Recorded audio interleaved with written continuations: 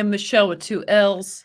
And I'm Natalie the Red, and I'm glad to be back. Yes, and we are Forcify Entertainment, and my co-host is back, Woo woo! back in action to discuss the latest chapter, the latest episode of the book of Boba Fett. So let's get into that. You guys know that I have not enjoyed the show. I've had hope that it could get better, and then by last week my hope was a little diminished. Of this is just is it is what it is.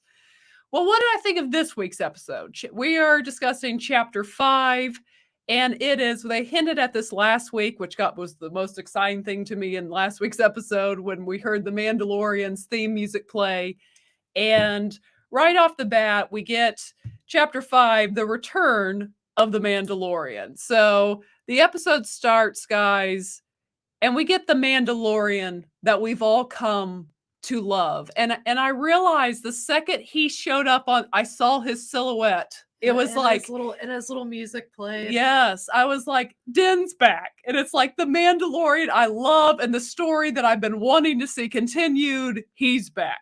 And it made me realize like how much I actually do love this character. I just feel like his character has a presence. He does. That he brings on screen. So it was fun to see him again. Even like this opening scene, guys, which the opening scene was awesome. It's like the opening scene of this episode is what we all thought we were going to get with the Book of Boba Fett. I mean, heads are cut off, guys. Like, I mean, they finally give us the action we've wanted.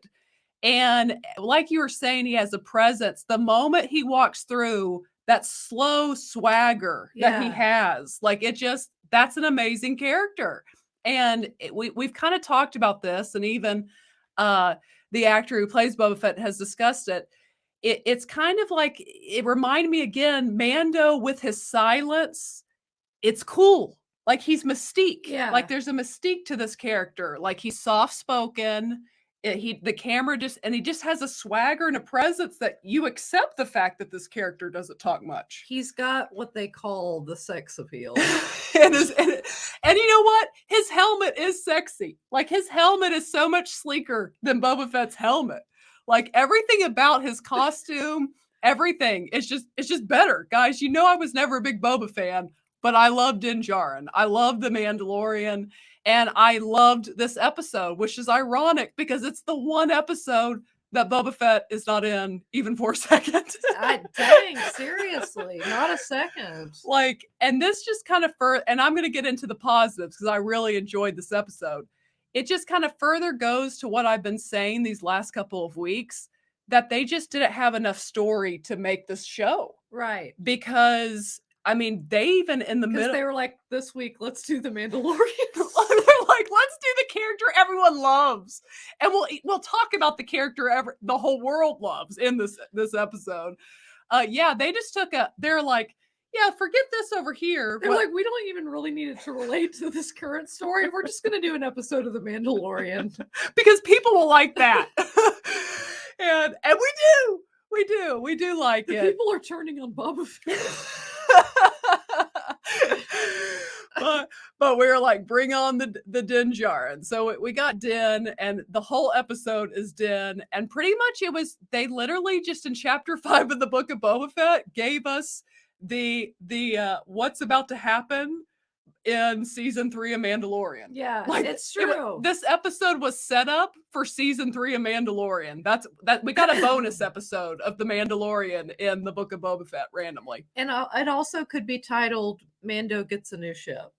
Yes, and we like that's a big emphasis, of the episode. It is. So we'll get into that because the opening scene again, he whips out the darksaber, and he had he had the famous line, "I can bring you in cold," or I can bring you in cold, or I'm bringing you in warm. And I mean, guys, darksaber comes out, heads are cut off. I mean, Mando split a man in two, literally. He did. I mean, that happened. And the table. Again, I don't know what the table did, but. Oh, and involved. Shout out to Bryce Dallas Howard, who directed this episode, and it's everyone's favorite. She did a phenomenal job with it. And they brought her, I guess, for the Mandalorian, since she's done multiple Mandalorian episodes. Ginger power, that's all I can say. But that opening scene, again, that's what we've been wanting from Boba Fett, and we haven't been getting. We've got Mr. Nice Guy, and Din is a nice guy, but yet Yeah. he takes care of business when he has to. And that's what we kind of wanted with Boba. But back to Din. So then we get Amy Sedaris, her character's back. Yes. And it is actually before that, I would actually like to know, it's almost like they were on a big freight or like a city, almost like Cloud City, but it wasn't Cloud City. It was like the Marta. Yeah. But we get the armor, and we get the other Mandalorian that's voiced by Jon Favreau in this. And I mean, gosh, didn't your heart when he said, "I want to make this for a foundling," and he's like, we all know he says Grogu, Aw, and we're just yeah. like, Grogu, like I've missed him so much, and I've missed again what Mandalorian to me had that this Book of Boba Fett has lacked is that heartbeat, and you Yeah. get that in this episode of anytime Grogu's mentioned, the connection that they built in 2 seasons is so special. Right. And- Even like he sees that like little boy on the Yes, and and you can tell it's like his mind's probably thinking of little Grogu. Yes, little Grogu. And I love what he says at the very end. Remember? yes. Well, we'll get to that. We'll get to that. Okay. So so he deals with the armor, and basically that's where we get the setup of what's going to happen in Mandalorian season 3. She asks him, "Have you removed your helmet?" He has to say yes because he showed it to Grogu and did it in a few episodes before that so he could save Grogu. He got a little happy with the taking it off. He did, but they're pretty much setting up. I don't think he'll be taking it off much more moving forward, probably. But he's going to have to go find like the water of life under Mandalore and basically be baptized in it again, so he can rejoin this version of Mandalorian. Yes. So they set that up, and then of course that's where he goes to Tatooine, and we get Amy Sedaris's character. And they bring out and I recognized it immediately as soon as she showed the ship that she's got for him. And it is one of the Naboo fighters, the ones that we see Anakin fly in episode 1, Phantom Menace. And that whole montage was pretty fun and cool. Yeah. And I love that instead of the droid thing, that's clearly going to be Grogu's seat. Did you notice that? Oh yeah. Like clearly they made a point Yeah. to let you know the droid thing's gone, and I think that's going to be little Grogu's seat moving forward. I can't wait to see him in it. Yes, I can't either. And then we get, of course, him flying around in it, which was really good graphics. Some of the best graphics they've had. And guys, is it not amazing? I've kind of complained about it's like the Book of Boba Fett has looked cheaper than the Mandalorian, and then we get to this episode and it feels back to the Mandalorian standards. Like it felt like it had more money behind it somehow. That's because this was the Mandalorian. They're like, this is actually episode 1 of season 3 of The Mandalorian. We're just giving it to you. A different show in the middle of this show. Yeah, we're just going to give you this. Yes. So, and then towards the end, of course, Fennec Shan shows up, and she that harkens back to the last episode of Book of Boba Fett, where she says you can buy muscle, and clearly, Mando is going to come back and be in another be that muscle. So here's the question, guys, because he says I've got to take this, the Beskar that he's made for Grogu. He's going to take it to Grogu. Will he bring Grogu back? And will Grogu be in the last episode of the Book of Boba Fett? That's what I would like to know. I'd say that's going to happen because clearly he's been trained with Luke, and at some point Grogu's going to be in all of season 3 of Mandalorian. Yes. No doubt. So will he show up in the Book of Boba Fett? You guys let me know what you think. I think he will show up. I think he'll end up bringing Grogu, or I don't know, maybe Luke will show up with Grogu at some point. But I think Grogu will be in the Book of Boba Fett at this point, since he was mentioned multiple times in this episode.